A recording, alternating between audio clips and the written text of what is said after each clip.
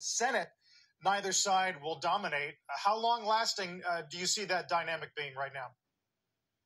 Actually, I think it will be quite a while. What we're seeing today, Carl, is a little bit of the unwinding of the blue wave trade. People assuming that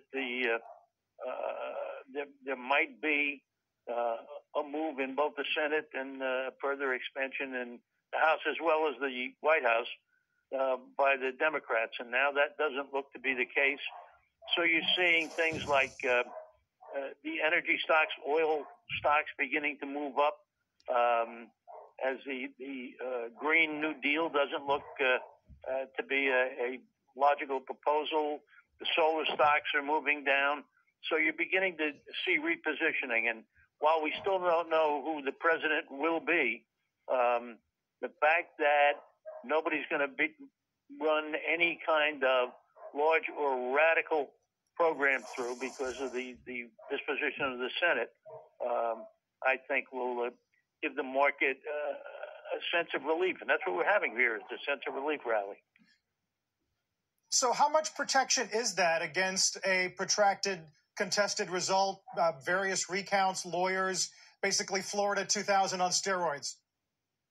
Yeah, well, Florida 2000 on steroids is well said. I think the litigation will be extensive and it will drag on. It will have a slight negative drag on the market. But again, the question is, will it result in anything concrete one way or another? And that's highly unlikely. What will happen is that we will, as I say, have extensive litigation that will put whoever the winner is under some suspicion. If you remember Bush versus Gore, and Bush ultimately won, and for the rest of his term, the Democrats said he was not properly elected and therefore was not legit. We had the same thing with Trump in 2016 and the supposed Russian influence.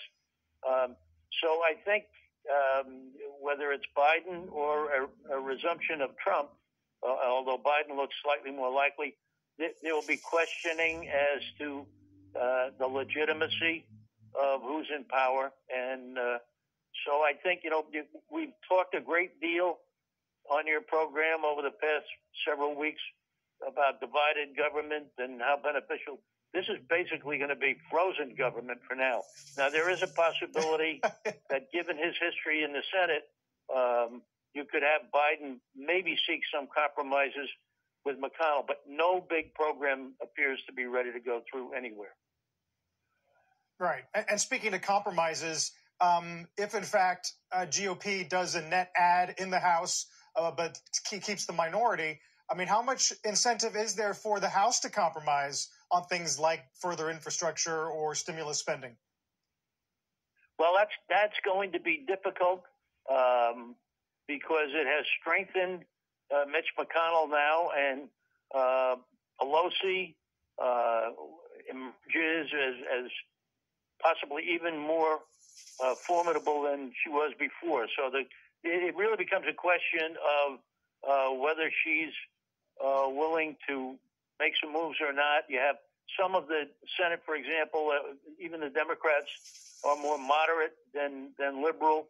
So the possibility is there. It will be difficult, I think, for Trump to get any kind of, assuming that Biden remains in the lead and looks to be the successor, for Trump to get anything done in the lame duck session.